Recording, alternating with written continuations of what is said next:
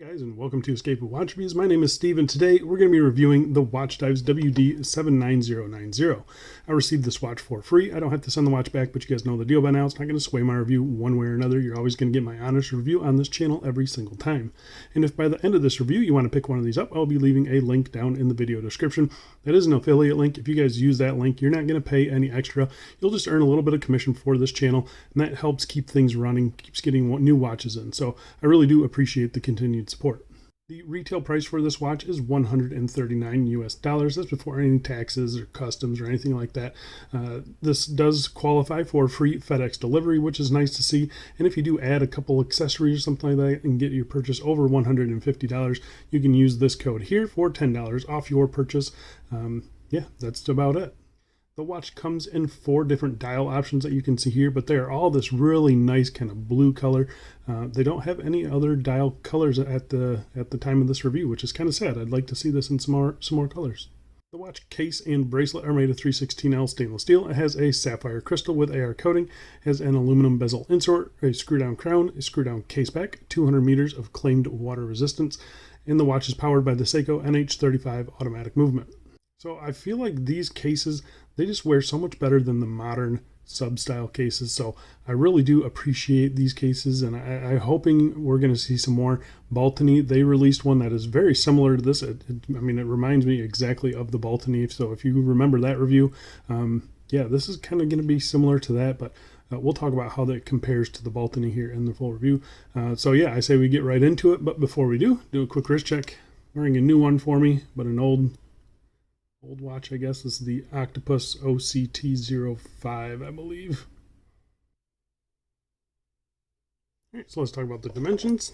Got a bezel diameter of 40 millimeters, case thickness of 13.8, 20 millimeter lug width, lug tip to lug tip of 47.3 millimeters, sized up for my 7.5 inch wrist with one link removed. It weighs 145 grams. So that's pretty standard in, as far as the size goes. 40 millimeters at the bezel. The case is a little bit smaller at 38. 13.8 millimeters thick, I think, is my big sticking point on this thing. This thing shouldn't be that thick. It does have a fairly chunky mid case, as you can see there. The Baltony was the same way. So yeah, I'm not too happy with the case thickness on this thing. I was a little bit worried about the rehout, that distance between the dial and the glass. But it either hides itself very well, or it's just not noticeable on this model. So I think the compact lug is fine, the weight is fine. I do like the way that this thing wears, despite being a little bit chunky on the sides there. But yeah, I do like the way that this thing wears. So I'm going to go outside right now and throw it on my wrist for you. And here we are on my 7.5 inch wrist, and as you can see, it just wears great. That 47 millimeter lug to lug just works perfect for this watch. As you can see there, a little bit chunky on that mid case, but really it doesn't feel bad at all. It's nice and balanced on the wrist as well. It's super comfortable though, really comfortable, and I do just like the way that it looks. I think it looks awesome. Here we are kind of in some direct-ish sunlight, and you can see there, I think it looks pretty good. Plenty of air coating on this. Sorry about the noise, guys, but yeah, I do think it does look pretty good. All right, let's go throw this on some straps and we'll get back to this review. And here we are on a baby blue cut to size FKM strap. Absolutely love these straps. I'll leave the links down below. Yeah, they're great. And I think the baby blue just kind of looks good on this one. What do you guys think? And here we are on a CNS Watchbands nylon single pass in a mustard yellow, which I think goes pretty well with those dial indices. I just think it looks pretty cool. I'm usually not a blue and yellow fan, but that actually looks pretty darn good. And lastly, here we are on a nylon strap with 2 layers underneath. This is from Cincy Strap Co. SF2. Absolutely love this thing. The thin nylon layers underneath, but you can see there, let's sit up just a little bit, but still very comfortable. I think the tan khaki looking really good with those indices and the blue. I think it all just works.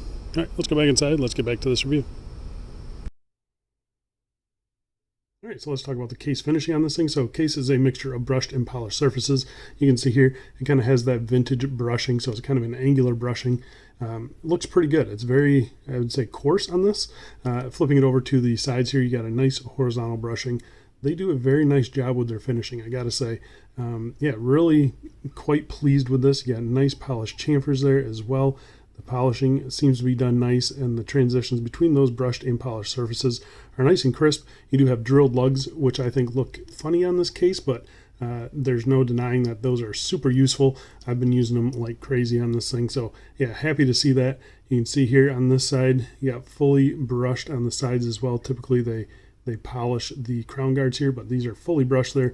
The crown, nice big Watchdives signed crown, screw down, plenty of grip in there. Nice little opening, little mouth there for the crown to settle into. So really happy with that, and I like the fact that the crown isn't sticking out very far past the crown guards there. So yeah, really happy with the case finishing on this thing. I think they did a really good job.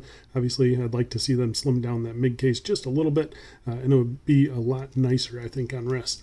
Flipping it to the case back here, sterile case back, circular brushing, got your coin edge style, which I'm not a huge fan of, but I've learned to deal with them.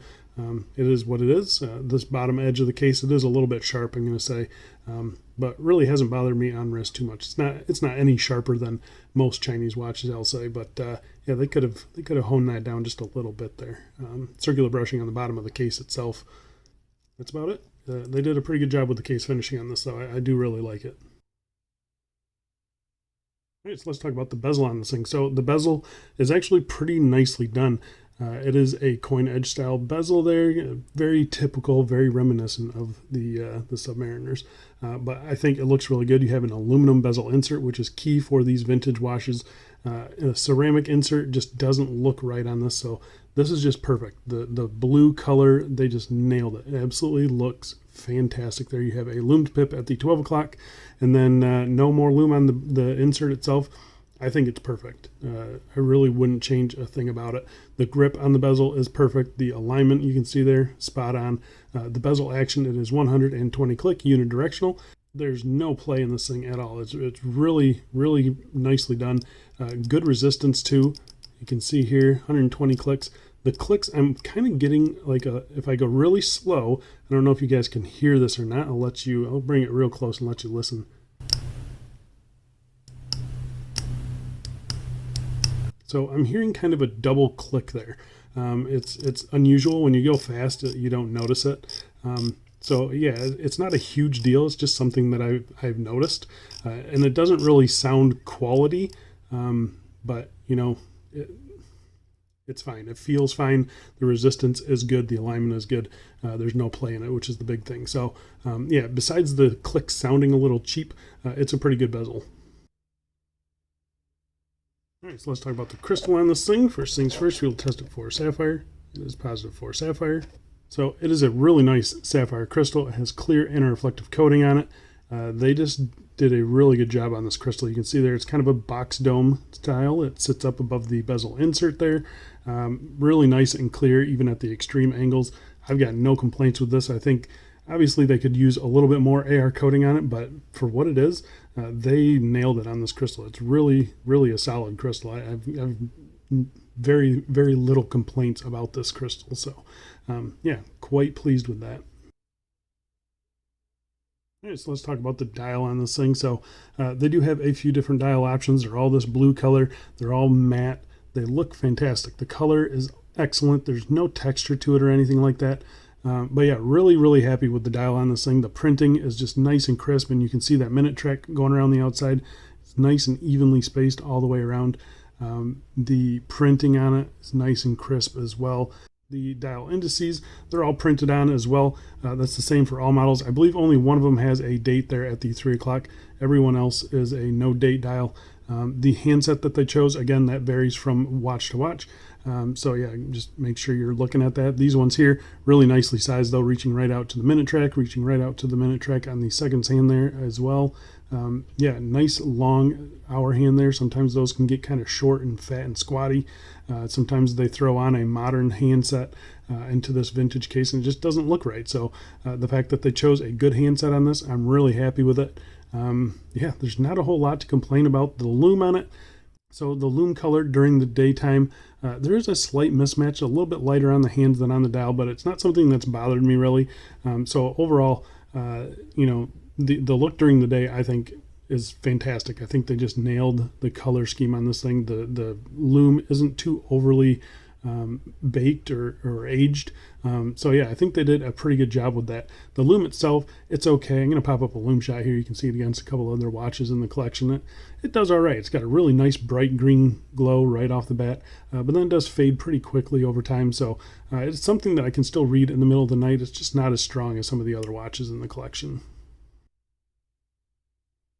All right, so let's talk about the movement and the crown on this thing. So the movement is the Seiko NH35.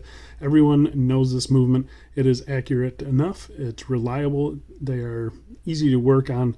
They're robust. They're going to last a really long time. I've got no issues with them at all. 21,600 beats per hour, so 6 ticks of the second hand every second, roughly 40 hours of power reserve. The hack, the hand wind, it's got a bidirectional winding rotor, so you don't get a rotor spinning around back there.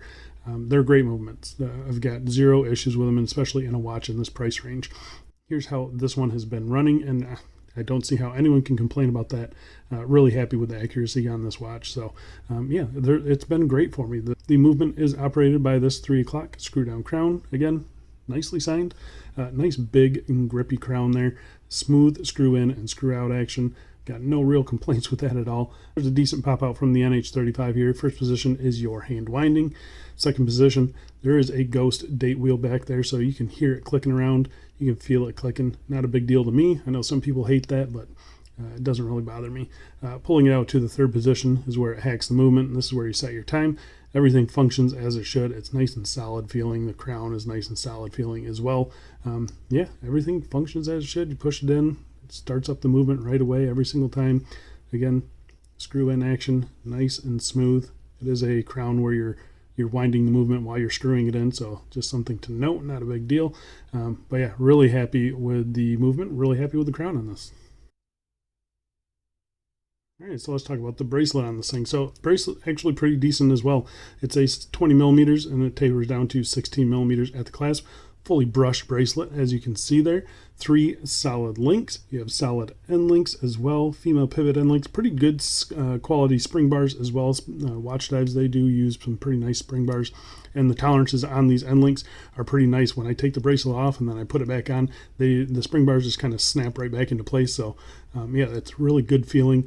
You can see here the end links, they follow the case curvature very nicely. They do stop short of the lug tips, which is nice to see, just shortening it up even more than it needs to be.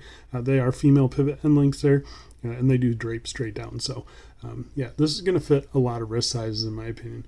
Pretty happy overall. The fluidity of the bracelet has been perfect. I haven't ever had links hang up on each other or anything like that. You do have polishing on the sides there, and you do have screw pins for adjusting the size, which is nice to see. Sometimes Watchdives, they use the push pins. I'm not a huge stickler on push pins versus screws, but it is nice to see screws there. I feel like they're going to last a little bit longer. You got your typical Watchdives clasp here, 2-button pushers on the sides here. Everything functions as it should, fully milled on the inside.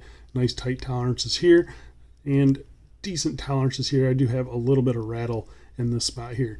Also just a little bit of rattle on this side as well. So that's something I'd like to see them kind of improve just a little bit. These clasps, they're fine. They're nothing special, nothing fancy, but they function every single time, which is nice. You got plenty of micro adjust there too. So you're gonna be able to get a good fit on this, good finishing on the buckle as well. Brushing on the top, brushing on the side, and a nice polished chamfer there. So it matches with the case, matches with the bracelet. It balances the watch head out, in my opinion. And the big part is that it's comfortable. You know, they seem to be honing these bottom edges a little bit. And yeah, they're nice and comfortable on wrist, and the clasp is also not sharp or anything like that. So I have no problem wearing this watch all day. I've been wearing this watch on and off for about a month now, maybe even longer than that, 2 months. And it's been great. I've got no complaints on straps, on bracelet. It's just a comfortable watch to wear. So yeah, overall, pretty happy with the whole package on this thing. The bracelet is actually pretty decent. So there you go, guys. That is the Watchdives WD79090. I think the big competition for this is definitely that Baltony. It looks exactly the same as the Baltony, and it's like $100 cheaper. So I see no reason to go for the Baltony. I do believe the Baltony has a slightly better crystal, but that's about it. Everything else is in the favor of this watch, simply because because this one is, like I said, almost $100 cheaper than the Baltony, and I don't really see $100 worth of difference here. So yeah, overall, very happy with this watch, and I think you guys will be too. So if you guys are interested in this, again, the links are down in the video description. I think that's it for me. Thanks a lot for watching, and I'll see you in the next one. See ya.